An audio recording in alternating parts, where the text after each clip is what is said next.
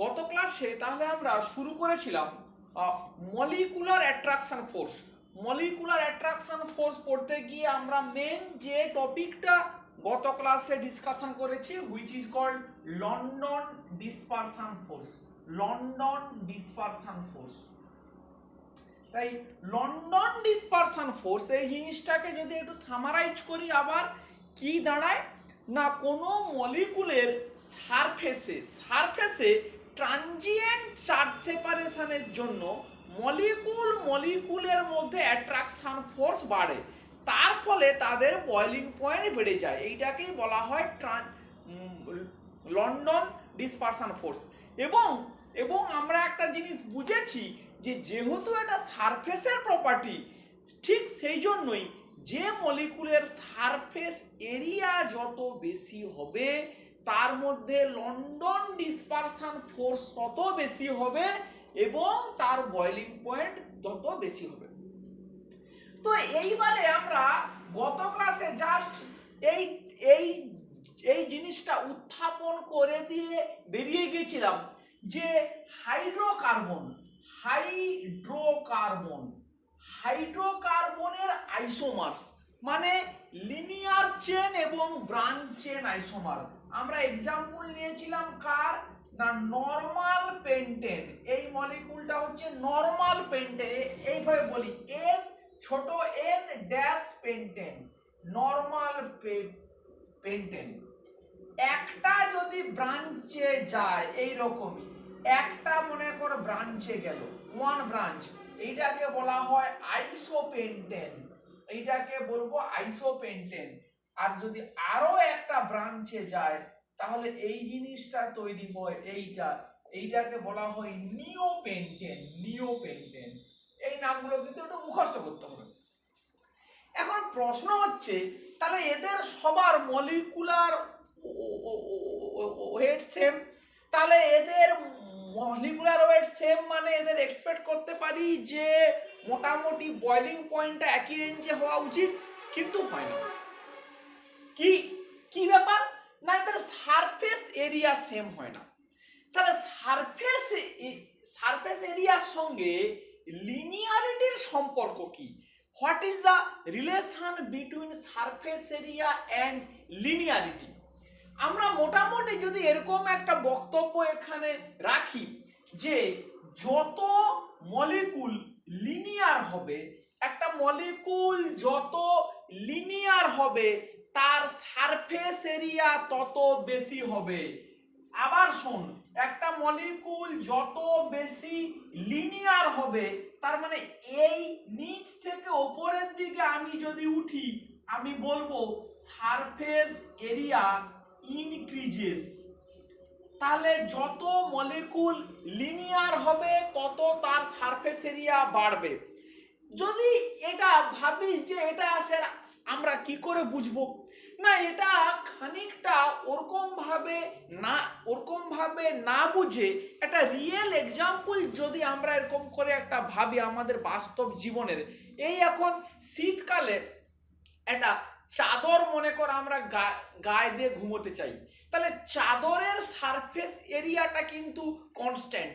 তাহলে ভাব আমরা লম্বা হয়ে শুয়ে যদি একটা চাদরকে গায়ের উপর চাপাতে চাই, পুরো শরীরটা হয়তো নাও কভার হতে পারে, কিন্তু পা হাতকে যদি একটু গুটিসুটি মেরে একটু ভেতরের দিকে ঢুকিয়ে নেই তখন কিন্তু আমরা দেখি যে আমরা কিন্তু চাদরটা দিয়ে শরীরটাকে ঢাকা দিতে পারছি। তাহলে এই যে পা হাতকে ভাঁজ করে ঢুকিয়ে নেওয়া মানে ব্রাঞ্চিংটা কি হচ্ছে না, ব্রাঞ্চিংটা বাড়ছে। তাহলে ব্রাঞ্চিং বাড়লে দেখ চাদরটা কভার করতে পারছি, মানে চাদরের সারফেস এরিয়া সেম, তার মানে আমাদের সারফেস এরিয়াটা কমে যাচ্ছে। তাহলে এইরকম ভাবে আমাদের মোটামুটি একটু বুঝতে হবে যে বা এটাকে অ্যাকসেপ্ট করতে হবে যে এই ধরনের আইসোমারিক মলিকুল আইসোমারিক হতে হবে, না হলে তোর মানে কার্বন সংখ্যা যদি ভ্যারি করে তখন কেস আলাদা। তাহলে যদি আইসোমারিক যে মানে হাইড্রোকার্বন হয় তাহলে যত ব্রাঞ্চিং বাড়বে, ব্রাঞ্চিং বাড়া মানে সারফেস এরিয়া কমবে, সারফেস এরিয়া কমা মানেই amount of London dispersion force কমে যাবে, তাহলে তার বয়লিং পয়েন্ট কমে যাবে।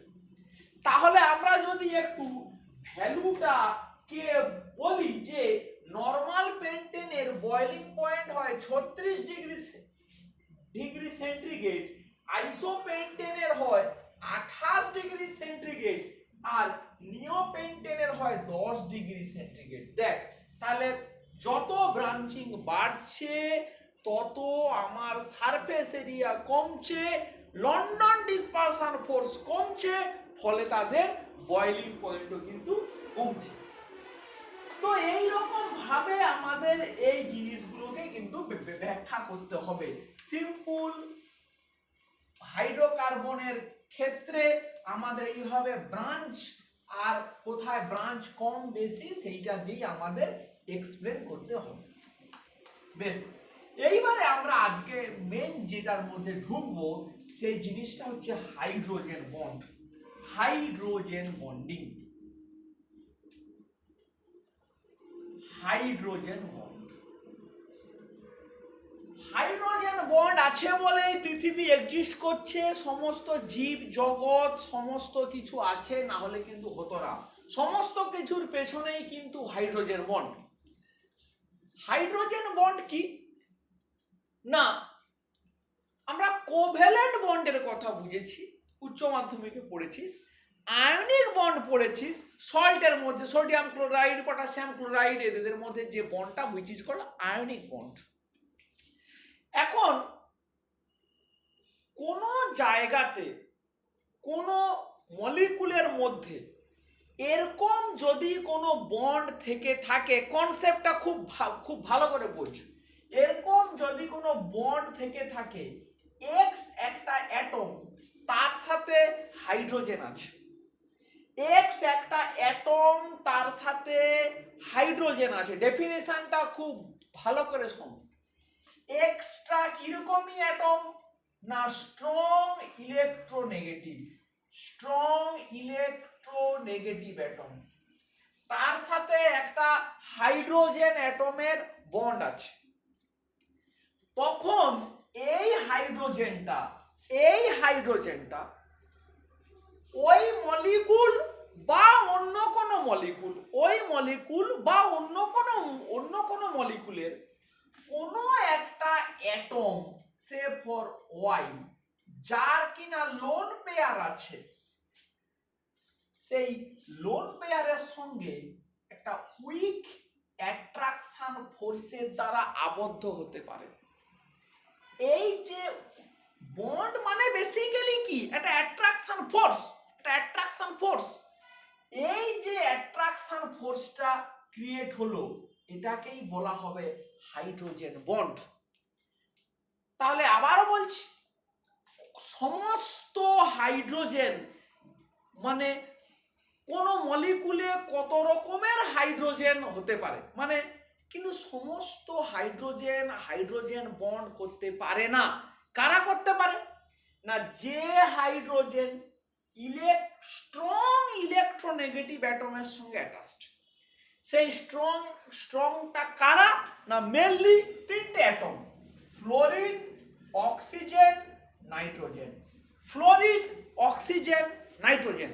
তাহলে আমাদের প্রথমটা ক্লিয়ার হয়ে গেল যে কাদের সঙ্গে অ্যাটাচড হতে হবে। বেসিক্যালি বক্তব্যটা কি, এই এক্স যদি স্ট্রং ইলেকট্রোনেগেটিভ অ্যাটম হয়, তাহলে এই যে বন্ড এক্স এর সাথে এইচ, এর মধ্যে একটা সিভিয়ার পোলারিটির ডিফারেন্স হয়। এক্সটা হয় বেশ পরিমাণে ডেল মাইনাস এবং হাইড্রোজেনটা হয় ডেল প্লাস। তখন এই হাইড্রোজেনটা পাশে কোনো অ্যাটম যার লোন পেয়ার আছে, সেই লোন পেয়ার মানে কি, মানে বেসিক্যালি ইলেকট্রন, মানে কি সেখানে একটা নেগেটিভ চার্জের ক্লাউড আছে, সেই ক্লাউডটার সাথে একটা উইক ইন্টারঅ্যাকশন ফোর্স ক্রিয়েট করতে পারে। এই বন্ডটাকেই বলা হয় হাইড্রোজেন বন্ড, এই বন্ডটাকেই বলা হয় হাইড্রোজেন বন্ড। এবং এর জন্য সারা পৃথিবী এক্সিস্ট করছে, জীব জগৎ প্রাণীকুল আমরা তোরা সবাই এইটার জন্যই বেঁচে আছি। এর এত ইম্পর্টেন্স, সব জায়গাতে পড়বি যে হাইড্রোজেন বন্ড এবং হাইড্রোজেন বন্ড। তাই আমরা এখন আপাতত হাইড্রোজেন বন্ডের সঙ্গে আমরা কি পড়ছিলাম না বয়লিং পয়েন্ট। আমরা প্রথম যদি এরকম কিছু মলিকুলের কথা বলি, যে ধর alcohol molecule, alcohol ROH, general structure মানে অ্যালকোহলের জেনারেল স্ট্রাকচার, মিথানল হলে CH3OH, ইথানল হলে CH3CH2OH এটসেট্রা। অ্যালকোহল মলিকুলগুলোতে তাহলে দেখ এই ROH এইভাবে আমি এই স্ট্রাকচারটাকে লিখলাম, তাহলে অক্সিজেন একটা ইলেকট্রোনেগেটিভ অ্যাটম, তার সাথে হাইড্রোজেন অ্যাটাচড আছে। ও কি করবে, এই হাইড্রোজেন আরেকটা অ্যালকোহলের যে অক্সিজেন ওর সাথে এইভাবে বন্ড করবে। আবার দেখ এই যে এইচটা, এও আরেকটা অ্যালকোহলের সাথে এইভাবে বন্ড করবে। আবার দেখ এই এইচটা অন্য একটা অ্যালকোহলের সাথে এইভাবে বন্ড করবে। তাহলে অ্যালকোহল মলিকুলগুলো এইভাবে একটার সাথে একটা হাইড্রোজেন বন্ড দ্বারা অ্যাটাচড হতে পারে। তাহলে কি দাঁড়ালো, এই হাইড্রোজেন ইলেকট্রোনেগেটিভ অক্সিজেনের সঙ্গে অ্যাটাচড, ফলে এই হাইড্রোজেনটা হাইড্রোজেন বন্ডে অংশগ্রহণ করতে পারে। তাহলে আগে আমাকে খুঁজতে হবে যে কোন হাইড্রোজেনটা হাইড্রোজেন বন্ডে অংশগ্রহণ করতে পারে। এবং এখানে এই অক্সিজেনের লোন পেয়ার, এই অক্সিজেনের লোন পেয়ার, এই অক্সিজেনের লোন পেয়ার, এই ধরনের যে হাইড্রোজেন বন্ড, দুটো মলিকুলের মধ্যে যে হাইড্রোজেন বন্ড, এই হাইড্রোজেনকে বলা হয় ইন্টারমলিকুলার হাইড্রোজেন বন্ড।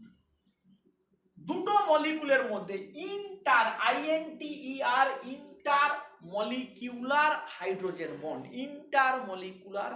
বন্ড। যদি হাইড্রোজেন বন্ড নিজের মলিকুলের মধ্যে, একই মলিকুলের মধ্যে তৈরি হয়, তখন তাকে বলবো আমরা ইন্ট্রামলিকুলার হাইড্রোজেন বন্ড। আমরা এক্সাম্পল দেখাই তাহলে বুঝতে পারবি। তাহলে আবার বলছি, ইলেকট্রোনেগেটিভ অ্যাটমের সঙ্গে মানে ফ্লোরিন, নাইট্রোজেন, অক্সিজেন, এদের সঙ্গে অ্যাটাচড যে হাইড্রোজেন, সেই হাইড্রোজেন অন্য কোনো অ্যাটমের লোন পেয়ারের সাথে অ্যাট্রাকশন করে। কার লোন পেয়ার থাকে না, সেম আবার অক্সিজেন, নাইট্রোজেন, এই দুটোরই মেনলি কি থাকে না লোন পেয়ার থাকে। তাহলে আমরা যদি এরকম একটা এক্সাম্পল নেই যে স্যালিসালডিহাইড, খুব সুন্দর, OHCHO, এর এই মলিকুলের কি নাম, স্যালিসালডিহাইড বা অর্থো হাইড্রক্সি বেঞ্জালডিহাইড। এখন হাইড্রোজেন বন্ডিং এর আসপেক্টে এই মলিকুলটার মানে গুরুত্ব বিশাল। তার কি কারণ না, এখানে এই মলিকুলটার মধ্যে ইন্ট্রামলিকুলার হাইড্রোজেন বন্ড হয়। কে অংশগ্রহণ করে না, তাহলে আমাকে আগে খুঁজতে হবে যে এই মলিকুলের অ্যাটমগুলোর মধ্যে বন্ডিং কানেক্টিভিটিটা কেমন আছে। তাহলে দেখ এই এইচটা এই অক্সিজেনের সঙ্গে এই অ্যালডিহাইডের স্ট্রাকচারটা এরকমই।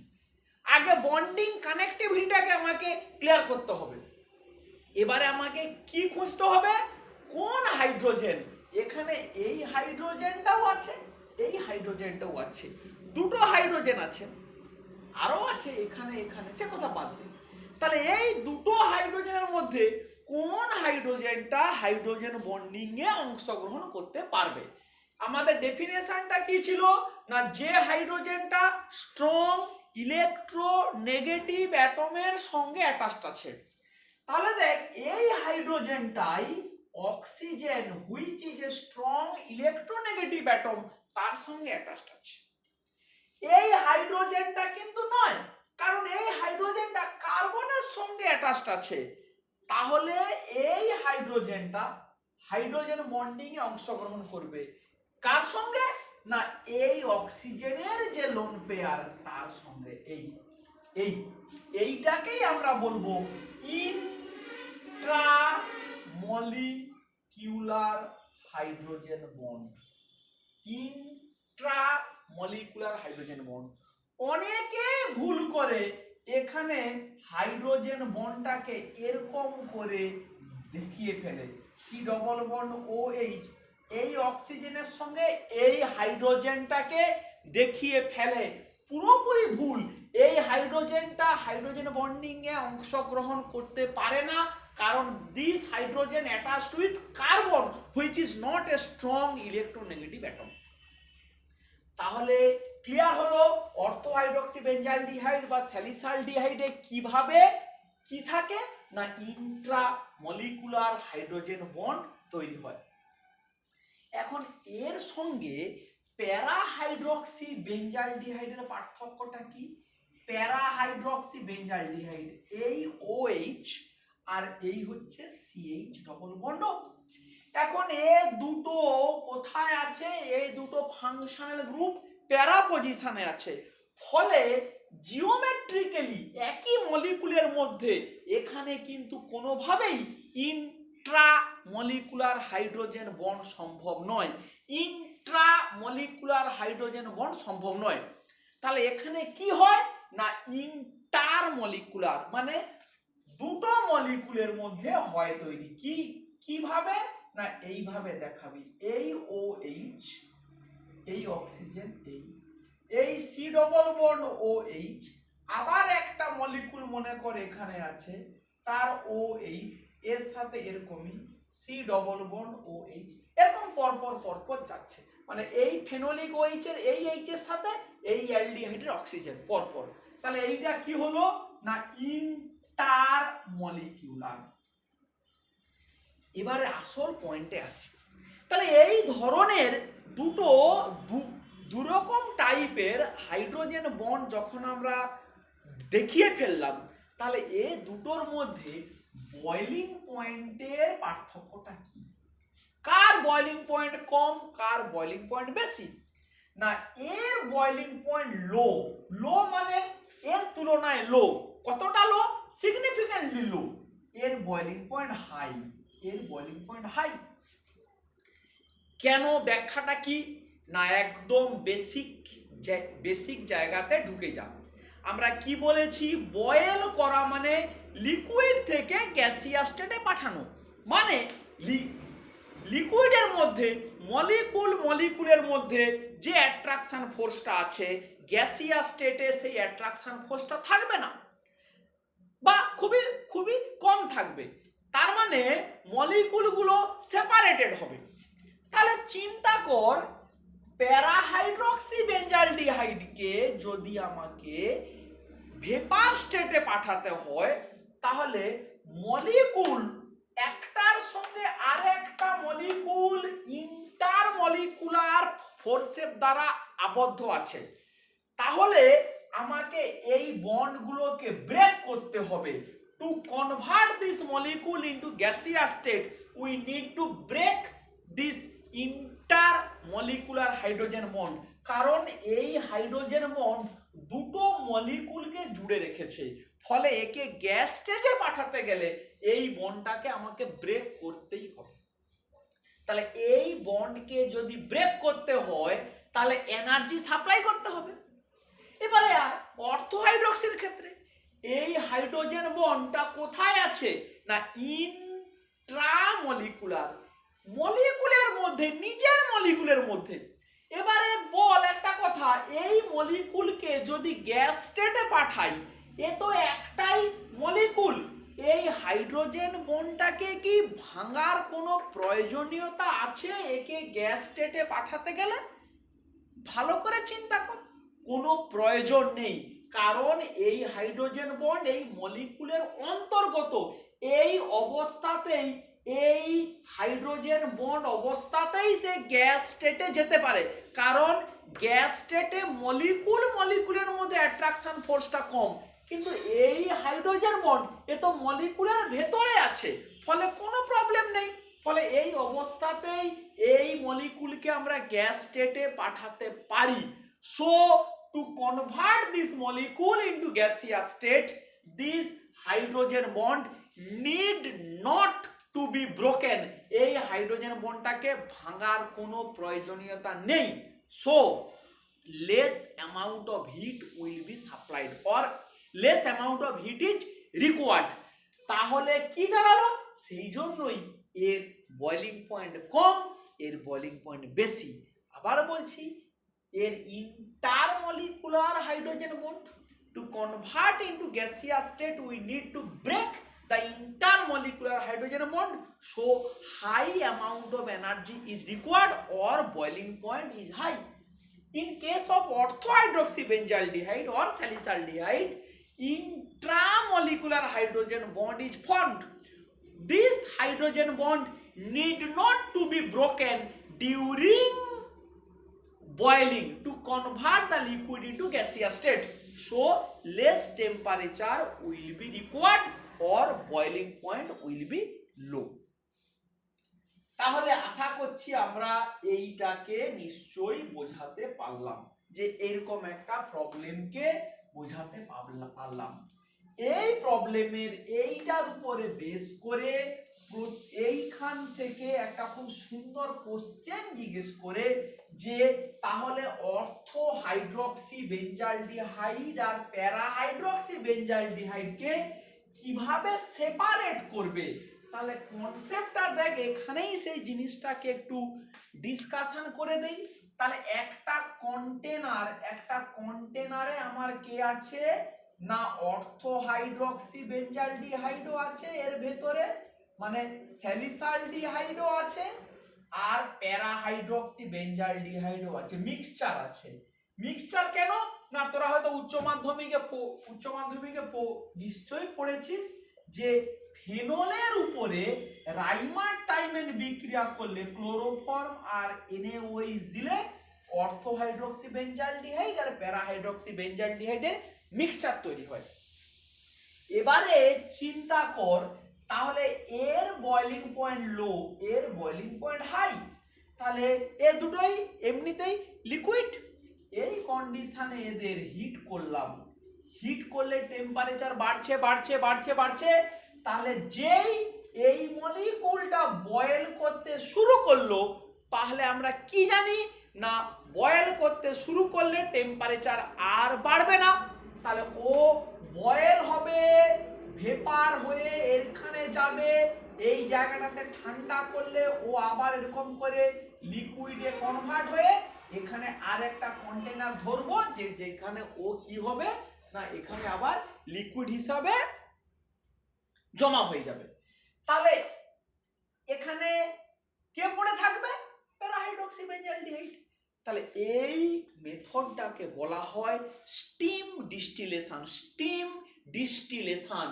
একে এই বয়লিং পয়েন্টের ডিফারেন্সের জন্য একে ডিস্টিল্ড করে সরিয়ে নেওয়া হলো, কাকে না, যার বয়লিং পয়েন্ট কম। এবং ওই ডেফিনেশনটা দেখ, during boiling temperature will not increase, it will remain constant. এই কনসেপ্টটা আমরা আগের দিন বলেছি। তাহলে এইটার উপরে বেস করে আমরা এই ধরনের কত প্রবলেম করতে পারি। দেখ, আমাকে যদি এখন বলে যে সেম মলিকুলার ওয়েট এরকম দুটো compound C2H6O, same molecular weight ওয়ালা এরকম দুটো কম্পাউন্ড C2H6O, এদের বয়লিং পয়েন্টের ডিফারেন্স ডিসকাস করো। কি হতে পারে, একটা হতে পারে ইথানল, আর একটা হতে পারে ডাইমিথাইল ইথার। তাহলে এইটা হচ্ছে অ্যালকোহল, এটা হচ্ছে ইথার। এবং তোরা উচ্চ মাধ্যমিকে শুনে থাকবি ইথারের বয়লিং পয়েন্ট অনেক কম হয়, ইথার অনেক বেশি উদ্বায়ী, অনেক বেশি ভোলাটাইল। তার কি কারণ, না অ্যালকোহলে দেখ আমরা এক্ষুনি পড়েছি সমস্ত অ্যালকোহলেই বেসিক্যালি কি হতে পারে না ইন্টার মলিকুলার হাইড্রোজেন বন্ড হতে পারে। তাহলে অ্যালকোহলের এই যে এইচটা ইলেকট্রোনেগেটিভ অক্সিজেনের সঙ্গে attached, so it can form intermolecular hydrogen bond, so its boiling point is high. But in case of ether, ইথারে দেখ কোনো এমন হাইড্রোজেন নেই যে হাইড্রোজেন কিনা ইন্টার মলিকুলার হাইড্রোজেন বন্ড করতে পারে, মানে মলিকুলের মধ্যে ওরকম ভাবে হাইড্রোজেন বন্ড দ্বারা অ্যাট্রাকশন ইথারের পক্ষে সম্ভব নয়, কারণ কোনো হাইড্রোজেন ইলেকট্রোনেগেটিভ অ্যাটমের সঙ্গে অ্যাটাচ নেই। তার ফলে কি কি কি হবে না এর বিপি লো, কি হবে না বয়লিং পয়েন্ট লো। তাহলে ইথারের বয়লিং পয়েন্ট অ্যালকোহলের থেকে কি হলো না কম হলো। এই ধরনের কম্পারিজন আমাদের করতে হবে। আরেকটা জিনিস আমরা আজকে একটু জাস্ট শুরু করে দিয়ে যাই, আমরা পরের দিন এই সমস্ত নিয়ে আরো ডিটেলসে ডিসকাশন করব। Hydrogen bonding and aqueous solubility, hydrogen bonding এর সঙ্গে অ্যাকোয়াস সলিউবিলিটির কি সম্পর্ক, খুব ইম্পর্টেন্ট জিনিস। না এই যে আমরা মনে কর জলে চিনি দিয়ে দিলাম, সলিউবল হয়ে গেল কেন, মানে জলে কোনো কম্পাউন্ড সলিউবল হয় কেন? জলে কেরোসিন সলিউবল হয় না, দেখেছিস, তেল সলিউবল হয় না, কিন্তু চিনি সলিউবল হয়ে যায়, সল্ট সলিউবল হয়ে যায়। তাহলে অ্যাকোয়াস সলিউবিলিটি মানে এই যে জল H2O, HOH, দেখ এখানে হাইড্রোজেন স্ট্রং ইলেকট্রোনেগেটিভ অক্সিজেনের সঙ্গে অ্যাটাচড। যে ধরনের মলিকুলে লোন পেয়ার আছে সেই ধরনের মলিকুলের ক্ষেত্রে অ্যাকোয়াস সলিবিলিটি হওয়ার টেন্ডেন্সি বেশি, বিকজ ওই লোন পেয়ারের সঙ্গে জলের হাইড্রোজেন বন্ড করতে পারে, এবং যত বেশি লোন পেয়ার থাকবে জল তত ভালো তার সঙ্গে হাইড্রোজেন বন্ড করতে পারবে। হাইড্রোজেন বন্ড করা মানে বেসিক্যালি জল ওকে ঘিরে ধরবে, আমরা যেটাকে মানে একটু ভালো ভাষায় বলবি অ্যাকোয়েটেড করা, অ্যাকোয়েশন করে দিল, ফলে সেই মলিকুলটা সলিউবল হয়ে গেল, মানে জলের ভেতরে যেন ঢুকে গেল, আমরা দেখতে পাচ্ছি না। তাহলে যে মলিকুলে যত বেশি লোন পেয়ার থাকবে, এই যে আমরা এক্ষুনি বললাম, মনে কর ইথানল CH3CH2OH, অক্সিজেনের দুটো লোন পেয়ার আছে, ফলে এই লোন পেয়ারটার সাথে একটা water molecule intermolecular hydrogen bond করতে পারে, এর সাথেও একটা ওয়াটার মলিকুল এরকম করে ইন্টারমলিকুলার এইচ বন্ড করতে পারে। কেউ বলতে পারিস যে স্যার এই হাইড্রোজেনটা জলের অক্সিজেনের সঙ্গেও তো করতে পারে, সেও হতে পারে, সেটা আমাদের বিচার্য বিষয় নয়। আমরা বিচার করব এই লোন পেয়ারের সাথে জলের হাইড্রোজেন, তাহলে দুটো ওয়াটার মলিকুল এখানে হাইড্রোজেন বন্ডিংয়ে ইনভলভ হচ্ছে। ইথারের এক্সাম্পল দিলাম, ডাইমিথাইল ইথার, এখানেও অক্সিজেনের দুটো লোন পেয়ার আছে, ফলে এখানেও কি হবে না দুটো water molecule intermolecular hydrogen bond করতে পারে। তাহলে ব্যাপারটা দেখ, একই মলিকুলার ওয়েট C2H6O, একটা অ্যালকোহল একটা ইথার, এরকম একটা কোশ্চেন আমরা করতে পারি যে একই মলিকুলার ওয়েটওয়ালা একটা অ্যালকোহল একটা ইথার, এদের তার মানে aqueous solubility almost same, aqueous solubility same but they differ significantly in their boiling point। তাহলে কোশ্চেনটা দেখ, কিন্তু অলরেডি উত্তরটা ডিসকাশন করা হয়ে গেল। Ether alcohol molecular weight same, তাহলে কি হবে না ওদের অ্যাকোয়াস সলিবিলিটি সেম। কি কারণ অ্যাকোয়াস সলিবিলিটি সেম, এটাকে এক্সপ্লেন করতে গিয়ে প্রথমে কি বলবো না এদের প্রত্যেকের মধ্যে একটা করে অক্সিজেন আছে এবং প্রত্যেকের তাহলে একটা অক্সিজেন মানে দুটো লোন পেয়ার আছে, তাহলে প্রত্যেকটার ক্ষেত্রে একটা মলিকুলের মধ্যে দুটো water molecule will be involved to make intermolecular hydrogen bond with water molecule, so their aqueous solubility same, but why they differ in their boiling point? Because alcohol can form intermolecular hydrogen bond with alcohol molecule, মানে নিজের মলিকুলের সঙ্গে intermolecular hydrogen bond তৈরি করতে পারছে কে না alcohol, ফলে ওকে gaseous স্টেটে পাঠাতে অনেক এনার্জি দিতে হবে, that is why its boiling point is high.